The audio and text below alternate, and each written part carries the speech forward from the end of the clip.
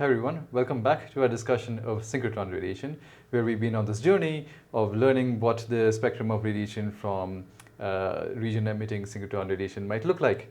We started with a single particle spectrum, we've convolved with distributions, we've included the effect of synchrotron self-absorption, and now in this lecture we're going to add the final component to help us understand the spectral shape, and that is synchrotron cooling.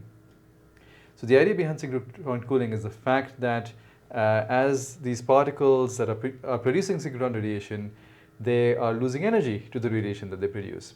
And therefore, the energy of the particle is changing with time. It's going down with time, which means that the Lorentz factor of the particle is changing. And if the Lorentz factor changes, then the radiation, the frequency at which it emits its radiation changes, the power that it produces changes, and so you can imagine that all of this affects the total radiation spectrum that you get out from a region of space with a bunch of different particles with different Lorentz factors. Now that might sound fairly complicated the way I've just described it, but it's actually it turns out to be fairly straightforward. And that's what we're going to discuss today. The aspect of synchrotron cooling in the context of power law distributions of particles. So the first thing to keep in mind when we're talking about synchrotron cooling is the fact that the radiation power from a synchrotron emitting particle, an electron, let's say, is proportional to the square of its Lorentz factor. And I alluded to this at the very start of the series where we talked about, where we came up with this power, we derived this expression. And we noted that the higher the Lorentz factor of the particle, the faster it loses its energy. And so if you're so inclined, and if you're taking this part as part of a course, you will be so inclined because it's a question that I ask you to do. You can write down a differential equation for the energy of the particle, d dt of the energy of the particle, and just the energy is changing because it's losing energy to radiation, right? And of course, the energy is the gamma mc squared, and P is this radiation power, and so you can see that this becomes a differential equation for the Lorentz factor of the particle. You can integrate this differential equation from some starting energy, some starting Lorentz factor, to its present value at some time t. And you'll see that it behaves basically like a power law, or effectively like a power law. And you'll find that the Lorentz factor is basically constant until it reaches a characteristic time called a cooling time, after which the Lorentz factor starts decreasing rapidly. And the cooling time is something that you can determine simply by looking at dimensional analysis. You can look at the fact that just from this expression, right? So there's energy and there's power, and the ratio of those gives you a time scale, and that's the cooling time scale. And so once the time of a system, or the age of a system, passes the cooling time, then at that point, that means that those particles that are producing the radiation with that power, with that Lorentz factor, started with that energy, those have reached the cooling time scale, and at that point, their energy is going to start decreasing pretty steeply. It's going to go as a power law, as a steep power law, as a function of time. So that's something I'd encourage you to check out. Just write down this differential equation and solve the differential equation and determine this cooling time. And then you'll note that this cooling time depends on the kind of particle that's radiating. If it's a very massive particle, then its radiation spectrum, its radiation power is suppressed, because remember there's a mass in here in the sigma Thomson. And so more massive particles have smaller cross sections, smaller radiation powers, and smaller radiation powers means longer cooling time scales. And they produce less radiation, they cool more slowly. Electrons, on the other hand, excellent synchrotron emitters. They radiate very efficiently and they cool pretty quickly. So the cooling time scale, this cooling time scale depends upon the Lorentz factor of the particle, because as you can see, this energy is proportional to gamma. Of course, it's gamma mc squared. This power is proportional to gamma squared, which means that this cooling time is proportional to gamma inverse, which means the larger the Lorentz factor a particle starts off with, the more energetic a particle is when it starts radiating, the faster it cools, or the faster it loses energy, and the faster it reaches its cooling time scale, and the faster it'll fall off the bandwagon of particles that are radiating. And we'll see the effect of that on this distribution. It'll start changing this distribution, and it'll start changing the spectrum that we get out for a distribution of particles. So let's say that you take a volume of space, and in that volume of space, you take some electrons, and you kind of give them some coffee, get them all excited into this distribution, and then you stick a magnetic field in there, and you walk away. what will happen then is that those electrons will start radiating synchrotron radiation, and in the absence of like more coffee in the system, those electrons are just going to lose energy. The highest Lorentz factor electrons are going to lose the energy the fastest, and they're going to start cooling. And so what will happen then is that the distribution, let's look at it like this, that the distribution of particles, d and d gamma, as a function of gamma, let's say it started out as a power law, gamma to the minus p, between some gamma 1 and gamma 2. At some time, so let's say you walked away and you come back and look at the system, what will happen is that after some time t has passed, there will be some electrons, or there will be a characteristic Lorentz factor above which all electrons will have met the cooling time. Right, so because this cooling time is proportional to 1 over gamma, or correspondingly, maybe a simpler way to think about this is just note that there's a gamma cool which is proportional to T life inverse. It just means that at some time T, there's a Lorentz factor above which those electrons have reached the cooling time scale, or have effectively cooled over that time scale. And so that's this gamma cool. And so what will happen is that all of these electrons that are over here in this region of this power law will have lost most of their energy, and we can show that they'll basically all end up at gamma cool. They'll all end up with Lorentz factors of the order of gamma cool. And in principle, they will all pile up at gamma cool. All of these electrons there'll be a bump here at gamma cool. All of these electrons will be piled up here. As long as this power law index is steep enough, in particular as long as it's steeper than -2, as long as p is greater than 2, the number of electrons that were there already at that Lorentz factor is going to be much larger than the number of electrons that piled up. And this is always going to be true because there's always more electrons at lower Lorentz factors. And so as long as p is greater than 2, you can ignore this bump. And so basically all that happens in that case is that as the system cools, as these electrons lose energy, those electrons from here basically disappear from the system. They're over here, but they don't add. The number of those electrons that you add here is insignificant compared to the number of electrons that are already there. So effectively, for our purposes, this power law will just look like, I'm just going to put dots on, it's like a dotted curve, and it just has this segment, all from here to here. So the power law is now truncated. There are no electrons over here anymore. So this is a passively cooling system, just radiating synchrotron radiation. Those electrons are cooling as long as p is greater than 2. The power law just shrinks. And so, of course, you can see from this what the radiation spectrum might look like. It's literally the same as this radiation spectrum, except that, so I'm going to draw this down here. This is the radiation spectrum, let's call it P sin of omega as a function of omega. And I'm going to, by the way, for this discussion of synchrotron cooling, I'm going to ignore self-absorption. And indeed, if once you include both of those things, then self-absorption can start heating the particles and gets kind of messy. But for now, let's assume that the system is entirely optically thin. If you watched the previous video where we discussed optically thin versus optically thick,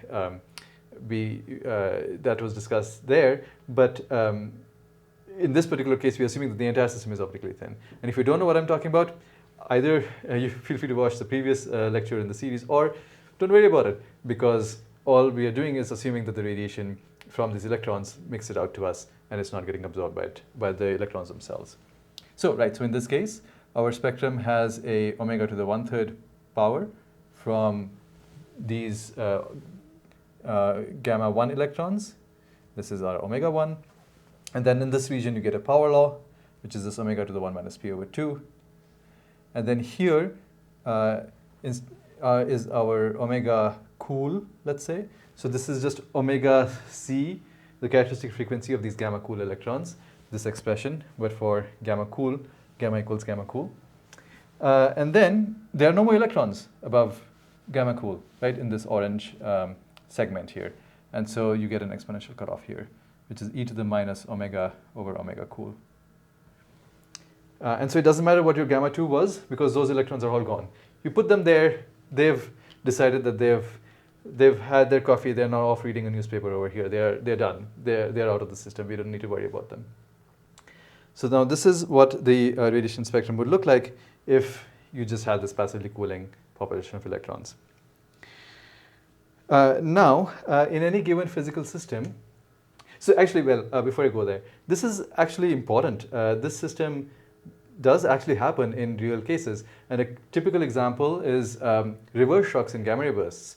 This is an area of study that I focus on, and it's a region of research that I work in. And this is the radiation spectrum that we see in those particular cases. And if you're interested about that, we can have separate discussions of videos about that. But for now, let's just set this aside as a particular case where you have a passively cooling system of electrons, a group of electrons. Frequently in astrophysical systems, this doesn't happen. What instead happens is that these electrons that were put into this power law are put there by a continuously existing process. That may sound ambiguous, and that's because we don't always know what it is, but it's often a shock. So some very fast-moving material running into some stationary environment, and that makes a shock, and the shock has this magical ability to put particles into this spectrum. That's not the only way you can do that, but let's for now take that as an example. And then that shock, as long as the shock exists, you may be continuously depositing particles into this power law. So in this case, you have a competition. You have this distribution of particles that are continuously being injected, and they're also cooling through radiation at the same time. It's like you have, going back to your coffee example, it's like there is something or somebody who keeps refilling your coffee mug. So your electrons that are sitting over here, and you got given some coffee at the beginning, but now you've cooled, but at the same time you're getting more and more coffee. So there are more electrons that are kind of live over there because they're continuously being excited by this process. So if you want to solve that system, that particular problem, then you need to write down, if you want to solve it exactly, you need to write down and solve what is called a diffusion loss equation. I'm going to write that down for us. It looks as follows. So this is a partial differential equation. The rate of change of the number of particles as a function of time, and this number of particles is a function both of Lorentz factor and as a function of time, is equal to the partial derivative with respect to the energy of the particles of the product of the radiation power of the particles and the number of the particles themselves. So again, this is an integral differential equation in the sense that this quantity that you're interested in also lives on the right side in its integrated form, plus the coffee. Right, so this is a thing that is adding electrons, this Q, or this injection term. So, first of all, I'm writing this in terms of E, the energy of the particles, but you could just as easily write this in terms of gamma, the Lorentz factor of the particles, with the connection that E is gamma mc squared. So there may be factors mc squared, but otherwise this is just dt gamma p gamma n gamma q of gamma t. Okay, so that's one thing. The second thing, for our case, P is the radiation power, so it's the radiation rate for every particle, and of course that's just given by this expression, so that's our P of gamma.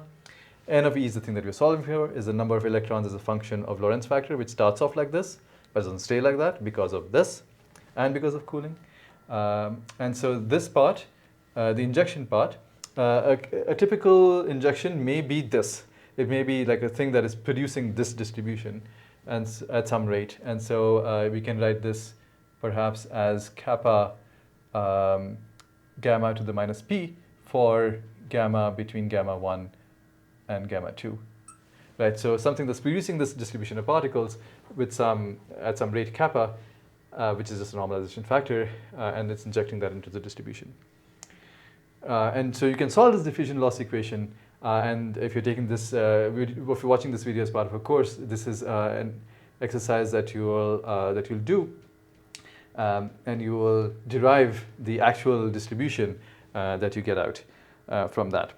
So for now, I'm going to show you what the result looks like. The result of that is that the distribution doesn't disappear above gamma cool. These electrons don't disappear. There are still electrons there because they are continuously being injected. They're also cooling, so they're being injected they're cooling, so they're leaving that portion of space. And behold, like all the magic in astrophysics, you get yet another power law. So the d gamma, in this case, as a function of gamma, has your original power law, gamma to the minus p. And then you can show by solving this equation that above gamma cool, which of course just depends upon the time, or the lifetime of the system, or the age of the system, the power law is steeper by 1 power of gamma. So this is gamma to the minus p minus 1. And then it goes, of course, all the way up to gamma 2, above which there are no electrons because they didn't start there, they're not being put there, so there are no electrons out here. So what does the radiation spectrum from this look like? This is fairly easy to figure out, again ignoring synchrotron self-absorption, because it literally is just this process, but now applied to 2 power law segments. So here the radiation spectrum as a function of omega, and this is again our p sin of omega, or if you like our j of omega, will have corresponding Lorentz factor, corresponding frequencies, or break frequencies. So this gamma 1 will have an omega 1, this gamma cool will have an omega cool, this gamma 2 will have an omega 2. These are just these omega c's of these gammas. Here we'll have our omega to the 1/3. Here in this region between gamma 1 and gamma cool, the power law index is minus p. So here we will get omega to the 1 minus p over 2 as before. And then here we have another power law. So all that will happen is that here you will get the same power law that you have, the similar sort of power law, and it's going to be 1 minus p over 2, where p is this, where p is p plus 1. Right? So you can put that in here, and you will see that all that does is that this steepens this spectrum by omega to the 1/2 power, and you get omega to the minus p over 2. So that's this segment. It's just the corresponding spectral regime for omega proportional to, let's think of it this way. So our beta, the spectral index here, is 1 minus p over 2. So when p is p plus 1, beta is minus p over 2. That's another way of thinking about this. And this will come up in just, it'll be relevant in another case in a second when we talk about fast cooling. We'll get there. And of course, above this, you just have your e to the minus omega over omega 2, your exponential cutoff from these electrons at gamma 2. Okay, so this is a radiation spectrum in the case of continuous injection of particles. This particular, okay, so just collecting my thoughts. So there is a particular case where it is possible for this gamma cool to be less than gamma 1. Right, so it is possible for the system for the electrons to be cooling so rapidly that you can think about it, for instance, if the magnetic field is very high, or there are other reasons that it is cooling rapidly. Typically, the magnetic field is very high. It's also dense regions, which usually mean high magnetic fields. That this gamma cool can be lower than this gamma 1. So then what happens? You can solve the same equation, and that also I leave to you as an exercise. So if you plot your d and d gamma as a function of gamma, so we have now the situation is like this. You have a gamma 1, you have a gamma 2, and our gamma cool is now down here, which is like, so the point is that electrons didn't start out, in fact, there were no electrons over here below gamma 1. They were injected, they were started out in that range between gamma 1 and gamma 2. They are being injected continuously into this region. But they cool so quickly that some of them end up below gamma 1. In that case, you can show that the electron distribution over here will have a characteristic slope of gamma to the minus 2. And this you can show just from this equation over here. And then over here, the electron distribution will be this distribution here, which is gamma to the minus p minus 1. And this comes about just from solving this differential loss equation, and it's fairly simple to see. So then the radiation spectrum has, again, a series of power laws. So now we have our p sin of omega and our omega here. So again, you have these regimes, these break frequencies. You have omega cool, you have omega 1, you have omega 2. And then below omega cool, you have your nu to the 1/3 or omega to the 1/3 from the electrons that are sitting at gamma cool. They're producing this 1/3 power law here. And then in this region, what is the spectral index? What is the spectral slope here? So feel free to pause this video at this point. There is enough information on the board to calculate the spectral index here. Okay, so the way to do that is simply use this expression, beta is 1 minus p over 2. The effective value of p here is 2, right? So it's gamma to the minus 2, which is our original gamma to the minus p, so that's an analogy. So all you need to do is set p equals 2, and that gives you that our beta is minus 1/2. So the spectral index here is omega to the minus 1/2 power. And then above here, what is the spectral index? That spectral index is the same as this spectral index, right? Because it's gamma to the minus p minus 1, you get minus p over 2. So this minus p minus 1 over here gives you an omega to the minus p over 2. And then you have your final exponential cutoff. So there are names for these two regimes. This regime over here is called fast cooling, which just means that the system is losing, the electrons are losing energy so fast that your gamma cool ends up below gamma 1. And this regime here is called slow cooling, which is the opposite, the other case. And these regimes are relevant. They become important, for instance, for gamma ray bursts at early stages of their evolution of the radiation you get out from those systems. You can be in the fast cooling regime, and then as time goes on, actually transition typically from fast cooling to slow cooling, where gamma cool rises above gamma 1. This has to do with hydrodynamics of the system. And if you take a high energy astrophysics class, that might be discussed in that context. Okay, so this brings us to the end of our discussion of synchrotron cooling. We have talked about the fact that electrons don't just sit there emitting energy forever, because they can't, because energy is limited. Coffee is a finite supply. As they are radiating, they're losing energy. As they lose energy, where does that energy come from? It comes from their speed, because they're not giving up their rest mass, right? They're giving up that speed into the radiation they're producing. That results in the speed going down, so the Lorentz factor goes down. There's a characteristic time scale over which the electrons lose half, say, of their energy, which is given by E over P of water. And conversely, that means that if you set a bunch of electrons down in a room with a magnetic field and you let them go, and you come back at some time later, electrons with Lorentz factors above 1 over that time, with some, there is of course a factor that will, a dimensional factor which will normalize this time to give you a Lorentz factor, and that dimensional factor depends upon all of these constants, the sigma Tc, and of course critically the magnetic field. The stronger the magnetic field, the shorter is the cooling time, and the lower this gamma cool is going to be. Anyway, so those particles will have lost their energy, so there's a characteristic cooling Lorentz factor.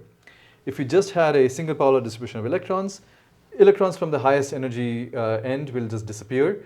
They'll pile up, but you won't notice them as long as this index is steep enough.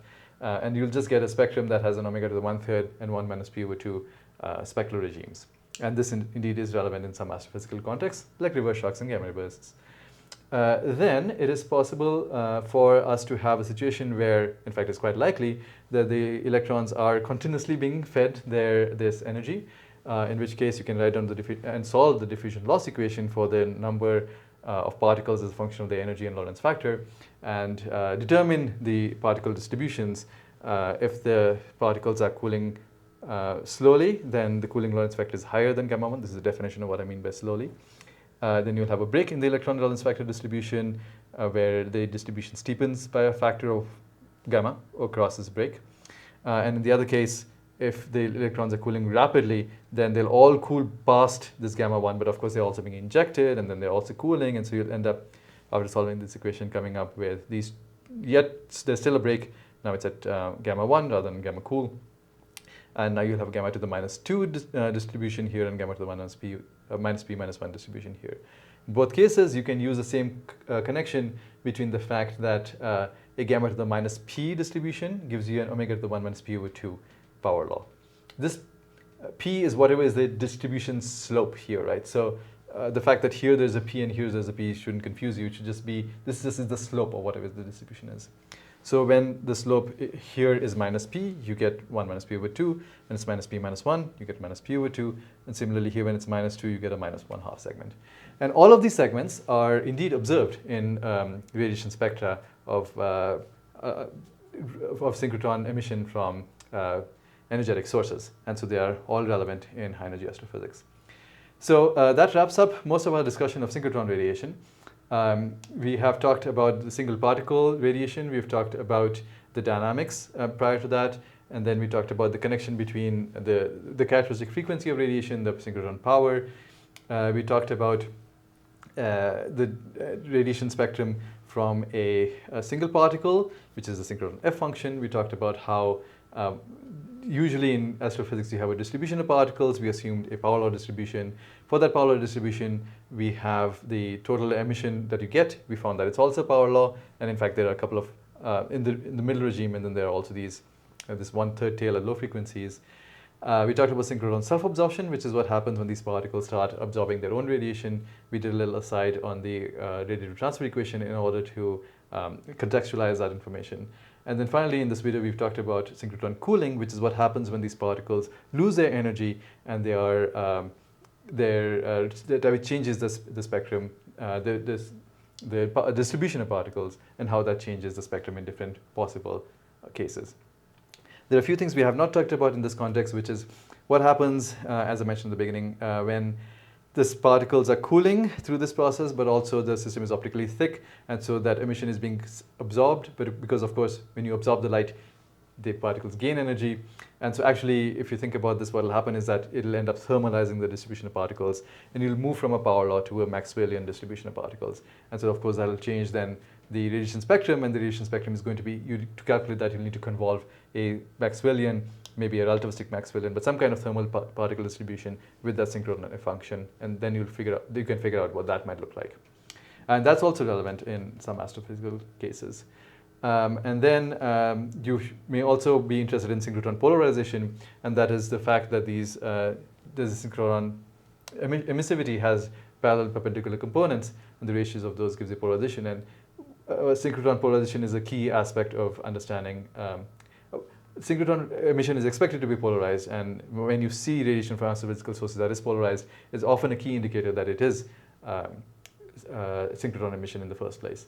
And so we won't go into that in this video, but that's something that you might also be interested in having a look at. Thanks for sticking around for these videos on synchrotron radiation. It is, as we said at the beginning of this series, a highly important or very relevant astrophysical radiation process that shows up in all sorts of phenomena. And I hope that these formally give you a way of taking the information of the radiation that you receive and using that to learn something about the universe.